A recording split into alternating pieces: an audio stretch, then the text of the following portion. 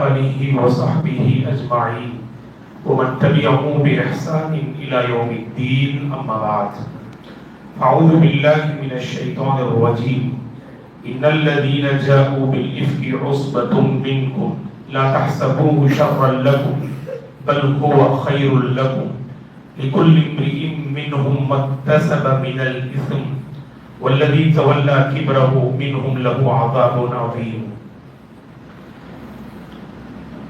محترم حضرات، گفتگو شروع کرنے سے قبل جیسا کہ آپ جانتے ہیں کہ الحمدللہ ہر ہفتہ 4 دن ہماری عقیدے کی کلاسیں چل رہی ہیں. یہ تیسرا ہفتہ ہے، تو آج انشاءاللہ ہماری عقیدے کی کلاس ہوگی صبح 11:30 بجے. تو تمام حضرات سے اور خواتین سے ہم اپیل کرتے ہیں کہ اس اہم کلاس میں شریک ہو کر تمام فائدہ اٹھائیں. بارک اللہ فیکم. محترم حضرات، قرآن مجید میں اللہ تعالیٰ نے مختلف واقعات کو بیان کیا ہے. مقصد ہم اور آپ معلوم کر کے ان سے مختلف قسم کی نصیحتیں اور عبرتیں حاصل کریں. تو اسی سلسلے میں ایک واقعہ آج ہم آپ کے حوالے کریں گے. اس واقعے کا تعلق میرے اور آپ کے پیغمبر صلی اللہ علیہ وسلم کی چہیتی بیوی حضرت عائشہ رضی اللہ عنہا سے اس کا تعلق ہے. ہم اور آپ جانتے ہیں اللہ کے نبی کی بڑی چہیتی زوجہ محترمہ عائشہ رضی اللہ عنہا ہے. اللہ کے نبی صلی اللہ علیہ وسلم حد درجہ ماں عائشہ سے محبت کیا کرتے تھے اور بڑی علم دوست خاتون تھی. اللہ تعالیٰ نے بہت گہرا علم آپ کو عطا کیا تھا. بڑے بڑے صحابہ جب کسی بڑے مسئلے میں پریشان ہوتے تو خود صحابہ بیان کرتے، ہم ماں عائشہ رضی اللہ عنہا کی خدمت میں حاضر ہوتے اور وہ مسئلہ پردے کی آڑ میں آپ سے پوچھتے اور ماں عائشہ رضی اللہ عنہا اس مسئلے کا حل بتا دیا کرتی تھی. اسی لیے پوری خواتین میں صحابیات میں سب سے زیادہ حدیث بیان کرنے والی آپ رضی اللہ عنہا ہیں. 2220 حدیثیں آپ رضی اللہ عنہا نے بیان کی ہیں. اللہ کے نبی سے آپ رضی اللہ عنہا کا نکاح ہوا اور آپ جانتے ہیں سب سے پہلا نکاح اللہ کے نبی کا ماں خدیجہ رضی اللہ عنہا سے ہوا. 25 سال ماں خدیجہ آپ کی زوجیت میں رہی. اس دوران اللہ کے نبی نے کسی سے نکاح نہیں کیا. ماں خدیجہ کی وفات کے بعد دوسرا نکاح اللہ کے نبی نے صلی اللہ علیہ وسلم نے حضرت سودہ بنت زمعہ سے کیا. تیسرا نکاح حضرت عائشہ سے کیا. چوتھا نکاح حضرت حفصہ سے کیا. 5واں نکاح حضرت زینب بنت خزیمہ سے کیا اور 6واں نکاح حضرت ام سلمہ سے کیا اور 7واں نکاح حضرت زینب بنت جحش سے کیا. 8واں نکاح حضرت جویریہ سے کیا اور 9واں نکاح حضرت صفیہ سے کیا.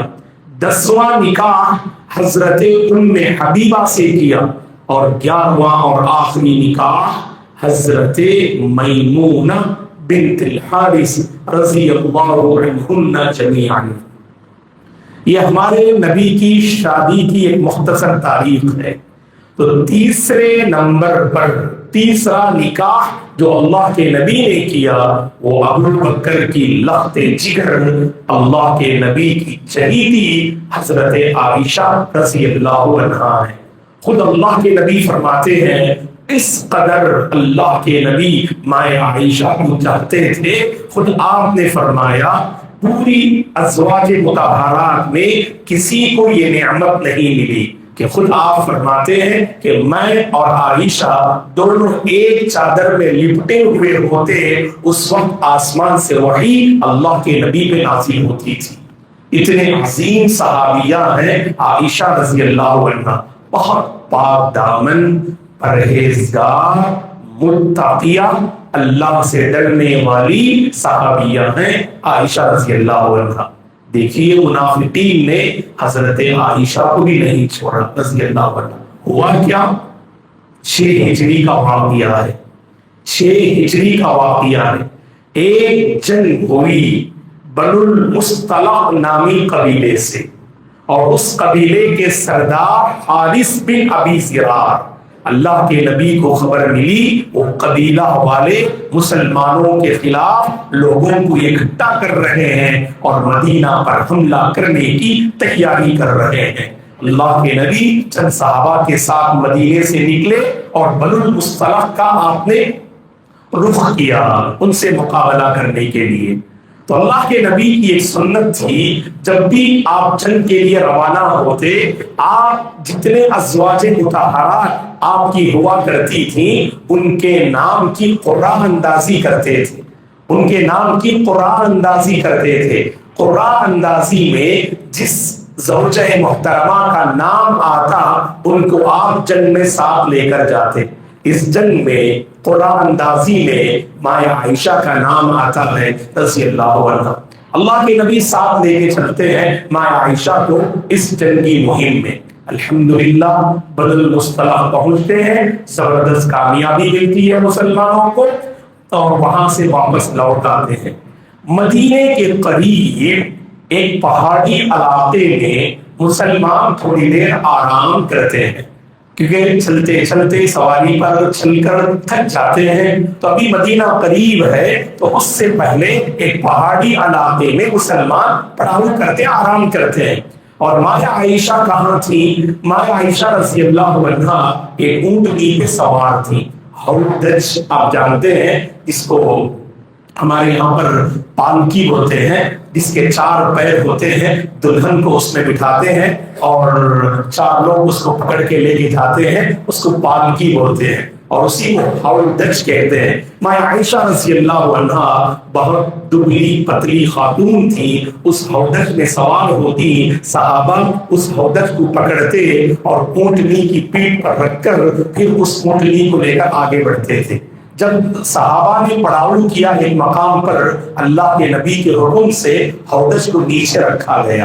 مایا عائشہ رضی اللہ عنہا کو واش روم کی ضرورت پیش آئی، تو آپ پہاڑی سلسلہ تھا، لوگوں کی نگاہوں سے چھپ کر تھوڑی دور آگے نکل گئی۔ آپ اپنی ضرورت پوری کر کے جب واپس آ رہی تھی، اپنے گلے پہ ہاتھ رکھا، دیکھا کہ گلے کا ہار نہیں ہے، گلے کا ہار نہیں ہے۔ تو آپ نے یہ سوچا شاید جہاں آپ اپنی ضرورت پوری کرنے کے لیے گئی وہیں پر کہیں گر گیا ہو، تو پھر واپس جاتی ہے راستے میں تلاش کرتے ہوئے کہیں وہ ہار مل جائے۔ اور ادھر اللہ کے نبی نے اعلان کر دیا صحابہ اکرام میں کہ اب نکلنا ہے۔ جب سے ہی نکلنے کا اعلان ہوا، صحابہ نے تیاریاں کی، اور جن کی ذمہ داری تھی مایا عائشہ کے ہودج کو سنبھالنے کی، انہوں نے سمجھا تاریکی تھی، زیادہ روشنی نہ تھی، رات کا وقت تھا، سمجھا شاید آپ اندر موجود ہیں، یہ سمجھ کر، اور جیسے میں نے کہا نا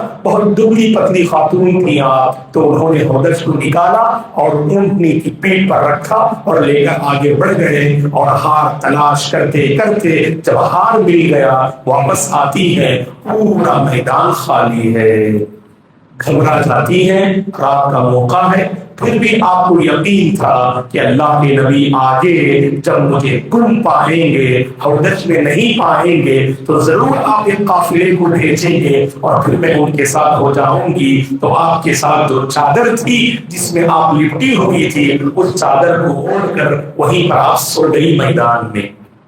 تو ہوا کیا؟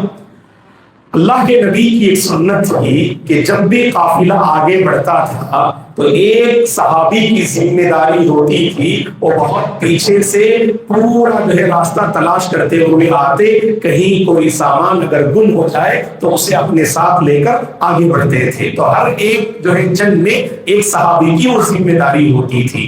اس جنگ میں جو ذمہ داری تھی وہ ایک عظیم صحابی، بہت اللہ کے نبی کے جان نثار اور بہت پرہیزگار صحابی صفوان بن معطل رضی اللہ عنہ، ان کی ذمہ داری تھی۔ بہت پیچھے سے آ رہے تھے، جب اس مقام پہ پہنچے جہاں صحابہ آرام کر کے آگے بڑھے، دیکھا کہ ایک جو ہے کوئی وہاں لیٹے ہوئے ہے، قریب آ کے دیکھا یہ پردے کا حکم نازل ہونے سے پہلے حضرت صفوان نے عائشہ کو دیکھا تھا، اس لیے جیسے ہی دیکھا حضرت عائشہ رضی اللہ عنہا کا چہرہ، فوری طور پر آپ کی زبان سے الفاظ آئے انا للہ و انا الیہ راجعون، اس قدر زوردار انداز میں آپ نے پڑھا، ماں عائشہ چمک کے اٹھ گئی، اس کے بعد خود کو آپ نے الگ کر دیا حضرت صفوان نے اور اشارہ کیا اپنی سواری کی جانب، حضرت عائشہ اس پہ سوار ہو گئی، پھر اونٹنی کی نکیل اور رسی پکڑتے ہوئے حضرت صفوان آگے بڑھے اور سبحان اللہ مدینہ آپ پہنچتے ہیں، حضرت صفوان ماں عائشہ رضی اللہ عنہا کے ساتھ مدینے میں انٹر ہوتے ہیں، اور منافقین ہمیشہ تاک اور انتظار میں رہتے تھے کب کون سا موقع ملے لے کر مسلمانوں کو بدنام کریں۔ جیسے ہی خبر ملی کہ حضرت صفوان عائشہ کے ساتھ آ رہے ہیں، قافلہ تو بہت پہلے پہنچ گیا اور یہ بہت بعد میں آ رہے ہیں، اللہ المستعان۔ عبداللہ بن ابی، اللہ نے قرآن مجید میں اس کے بارے میں ذکر کیا ہے کہ اس نے سارے لوگوں نے جا کر یہ غلط افواہ پھیلا دی کہ نعوذ باللہ صفوان کے عائشہ سے غلط تعلقات ہیں رضی اللہ عنہ۔ بجلی کی طرح خبر پورے مدینے میں پھیل گئی، ماں عائشہ پہنچتی ہیں، اپنے گھر جاتی ہیں، کچھ بھی خبر نہیں آپ کو۔ اللہ کے نبی کو جیسی خبر ملی، اللہ کے نبی بہت پریشان ہو جاتے ہیں، کیا ماجرا ہے؟ حالانکہ آپ کو اپنی بیوی کے سلسلے میں پورا اطمینان تھا، اس کے باوجود جیسے کچھ افواہیں مدینے میں پھیل رہی تھی، اللہ کے نبی بہت پریشان تھے، نڈھال تھے اللہ کے نبی، اور بلکہ نماز کے بعد صحابہ اکرام سے بلا کر پوچھتے کہ میری اپنی زوجہ محترمہ عائشہ کے بارے میں آپ کیا سمجھتے ہیں؟ اللہ اکبر، تمام صحابہ نے حضرت عائشہ رضی اللہ عنہا کی پاک دامنی کو بیان کیا۔ لیکن دوستو اس واقعے میں جب غلط خبر پھیلائی جاتی ہے، ہم دیکھتے ہیں اچھے لوگ بھی اس خبر کو مان لیتے ہیں، تو اس طرح اس وقت 3 صحابہ کا نام آتا ہے، انہوں نے اس خبر کو یقین سمجھ لیا، اس خبر کو صحیح سمجھ لیا۔ کون ہے؟ حضرت حسان بن ثابت، بڑے عظیم صحابی حسان بن ثابت، اور دوسرے صحابی ہیں حضرت مصطح بن اساسہ، حضرت ابو بکر کے ماموزاد بہن کے لڑکے تھے حضرت مصطح بن اساسہ، اور تیسری صحابیہ ہیں، عورت ہیں حمنہ بنت جحش۔ تو زینب بنت جحش اللہ کے نبی کی بیوی ہے، ان کی بہن ہے، اللہ کے نبی کی سالی ہے حمنہ بنت جحش۔ تو گویا کہ ان 3 صحابہ نے یقین کر لیا نعوذ باللہ یہ خبر جو ہے صحیح ہے۔ اور بعد میں اللہ کے نبی نے کیا کیا؟ جب آیتیں نازل ہوئی تو اس کے بعد اللہ کے نبی نے 3 صحابہ کو بلایا، اور جو بندہ کسی پاک دامن اور انسان اور عورت پر الزام لگاتا ہے، شریعت کا حکم یہ ہے اگر اسلامی خلافت ہو تو خلیفہ 80 کوڑے اس پر ماریں گے، 80 کوڑے اس پر برسائیں گے۔ تو 3 صحابہ پر 80 کوڑے برسائے گئے۔ ماں عائشہ کو جب خبر ملتی ہے مدت کے بعد کہ مدینے میں آپ کے سلسلے میں ایسی باتیں ہو رہی ہیں، واللہ ایک پاک دامن عورت کبھی سے برداشت نہیں کر سکتی ہے دوستوں، کیونکہ پاک دامن عورت کے پاس سب سے بہترین زیور اس کی عزت ہے، یاد رکھنا اس کی پاک دامنی ہے، اس پر آنچ آئے تو کوئی پاک دامن عورت برداشت نہیں کر سکتی ہے۔ حضرت عائشہ نڈھال ہو جاتی ہے، بیمار ہو جاتی ہے، کمزور پڑ جاتی ہے، سمجھ میں نہیں آتا، اور اس کے بعد وہ افسر کرتی ہے ہاں چند دنوں سے اللہ کے نبی مجھ سے ٹھیک سے بات نہیں کر رہے تھے، شاید اسی وجہ سے، اور آپ بس رب سے شکایت کرتی ہیں اے اللہ تو میری پاک دامنی کو جانتا ہے، اور تجھ سے ہی مجھے امید ہے کہ تو میری پاک دامنی کے سلسلے میں لوگوں کے سامنے واضح کرے گا۔ ماں عائشہ فرماتی ہیں میں نے اللہ سے شکایت کی، اللہ سے دعا کی، اور مجھے یہ پتا نہیں تھا اللہ میری لاج رکھتے ہوئے قرآن میں مجھے جگہ دے گا۔ اللہ اکبر۔ 1 مہینے کا عرصہ گزرتا ہے دوستوں، کچھ بھی رزلٹ نہیں، سارا مدینہ پریشان اس واقعے کو لے کر۔ برننگ ٹاپک تھا اس موقع پر، ہر کسی کی زبان پر، منافقین نے ہر چھوٹے بڑے کی زبان پر اس جو ہے ٹاپک کو عام کر دیا تھا۔ 1 مہینہ اللہ کے نبی اور ماں عائشہ کا پورا گھرانہ پریشان تھا۔ حضرت ابو بکر پریشان، حضرت اسما پریشان، حضرت ابو یعنی عبداللہ بن ابی بکر پریشان، جو پورا گھرانہ تھا حضرت عائشہ کا پورا پریشان تھا۔ 1 مہینے کے بعد اللہ کے نبی پر قرآن کی آیتیں نازل ہوتی ہیں۔ سورہ نور پڑھیے گا، سورہ نور میں آیت نمبر 11، آیت نمبر 11 سے آیت نمبر سبحان اللہ 20 پر آج تک تقریباً 18 آیتیں اسی سے ریلیٹڈ ہیں۔ پوری 18 آیتیں اللہ تعالیٰ نے اس واقعے سے متعلق نازل کر دی۔ عائشہ رضی اللہ عنہا فرماتی ہیں کہ مجھے پتا نہیں تھا کہ اللہ تعالیٰ میرے سلسلے میں قیامت تک پڑھی جانے والی کتاب میں جگہ دے دے گا۔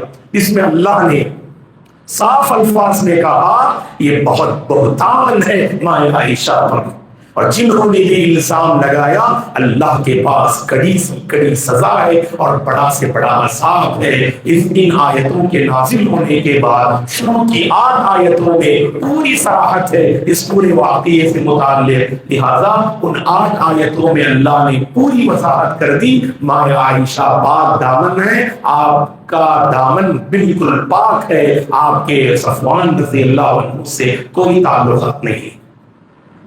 تو یہ واقعہ دوستوں رونما ہوا ماں عائشہ رضی اللہ عنہ کے ساتھ۔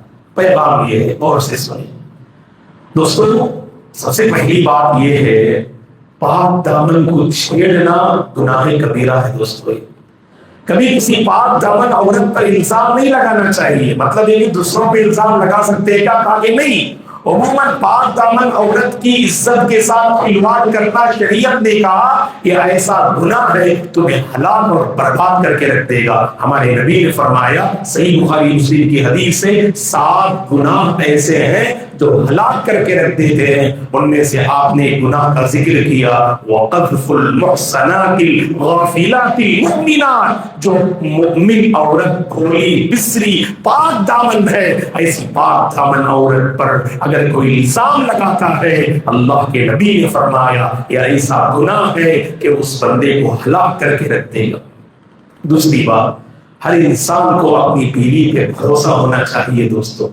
اللہ کے نبی کو پورا دلی اطمینان تھا، اللہ کی قسم اللہ کے نبی نے کوئی جسمانی اذیت اور تکلیف ماں عائشہ کو نہ دی، کیونکہ شوہر کبھی سے برداشت نہیں کر سکتا ہے جب ایسی غلط خبریں پھیلائی جاتی ہیں۔ پہلے صبر سے کام لینا، پہلے صبر سے کام لینا، تحقیق کرنا، تحقیق کے بعد معاملہ سامنے آئے تو مسئلے کو جو ہے واضح کرنے اور حل کرنے کی کوشش کرنا۔ بعد اللہ کے بندے خبر ملتے ہی گھر میں قیامت قائم کر دیتے ہیں، بعد میں پتا چلتا ہے آپ کے دشمن نے وہ غلط خبر پھیلائی تھی، تم دونوں کو جدا کرنے کے لیے آپ کی بیوی تو بہت پاک دامن ہے۔ اسی لیے اللہ کے بندوں، شوہر اور بیوی کا رشتہ ایسا ہے یہ بھروسے پہ قائم ہوتا ہے، یاد رکھو آپ۔ اگر دونوں کے اندر شکی مزاج اگر آ جائے دونوں کی زندگی جہنم نما بن جاتی ہے۔ اسی لیے دونوں ایک دوسرے پہ بھروسہ کریں۔ بھروسہ کرنے کا مطلب یہ نہیں کہ نعوذ باللہ میرے شوہر تو مجھ پہ بھروسہ کرتے،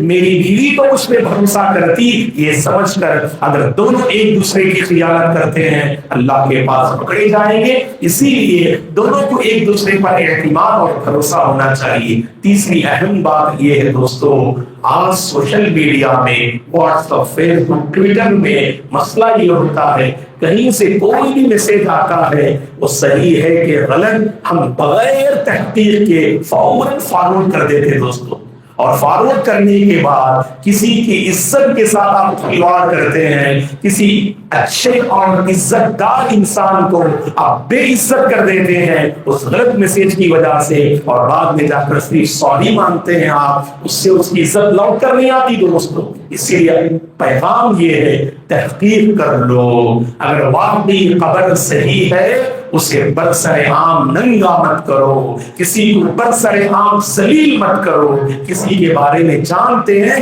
فلاں غلط ہے، تنہائی میں بلا کے سمجھائیں، اس کا ہاتھ پکڑ کے آپ اس سے پوچھیں، اللہ کی قسم وہاں حال، وہاں معاملہ بدلے گا، وہاں مسئلہ حل ہوگا انشاءاللہ۔ ورنہ ہمارے نبی نے کیا فرمایا؟ صحیح مسلم کی حدیث ہے، کفا بالمرء کذبا ان یحدث بکل ما سمع، ایک انسان کے جھوٹا ہونے کے لیے یہ بات کافی ہے وہ ہر سنی بات کو نقل کر دے، ہر سنی بات کو بیان کر دے۔ اسی لیے تحقیق کے بعد آپ جو ہے اس بات کو آگے بڑھائیے گا، واقعی کسی کی عزت کے ساتھ مسئلہ ہے، اللہ کے واسطے سبوں کے سامنے اسے ذلیل مت کیجیے گا۔ کبھی ہمارے پاس واٹس ایپ گروپس ہوتے ہیں، وہ گروپس میں شیئر کر دیتے ہیں، آپ بیچاری کی عزت کے ساتھ کھلواڑ ہوتا ہے، آپ تنہائی میں بلا کے سمجھائے ہوتے، وہ ضرور اپنی غلطی مان کر توبہ بھی کیا ہوتا، آپ نے اسے ذلیل کر دیا، کبھی انسان حد درم ہو جاتا ہے۔ اسی لیے دوستو ہم ایک دوسرے کی عزت کے محافظ ہیں، کھلواڑ نہیں کرنا، عزت کے ہم محافظ ہیں، جہاں جانوں کے ہم محافظ ہیں، مال کے ہم محافظ ہیں، ایک دوسرے کی عزت کے لیے ہم محافظ ہیں۔ اگر ایسی زندگی ہمیں مل جائے دوستو، واللہ سوسائٹی امن کا گہوارہ بن جائے گی، ہم ایک دوسرے کی قدر کرنے والے، ایک دوسرے کو سمجھنے والے، ایک دوسرے کی عزت کا لحاظ رکھنے والے بنے۔ اللہ سے ہم دعا کرتے ہیں اللہ تبارک و تعالی ہماری خواتین کی عزت و آبرو کی حفاظت فرمائے، میاں بیوی کے رشتے میں اللہ سچی محبت پیدا فرمائے، اللہ اس رشتے میں سچائی اور امانت داری پیدا فرمائے، شوہر بیوی کے لیے سچا رہے، بیوی شوہر کے لیے سچی رہے، اللہ ایسی زندگی دونوں کو نصیب فرمائے۔ اللہ تعالیٰ ہماری اس دماغی زندگی میں جو پریشانیاں ہیں اللہ ان پریشانیوں کا خاتمہ فرمائے، اللہ ہم سب کو ایک دوسرے کی عزت کا لحاظ اور خیال رکھنے کی توفیق عطا فرمائے، برسر عام کسی کو ذلیل کرنے سے اللہ سب کی حفاظت فرمائے، اللہ ہم کو ذلت والی زندگی سے بچائے، عزت والی زندگی اللہ ہم سب کو نصیب فرمائے۔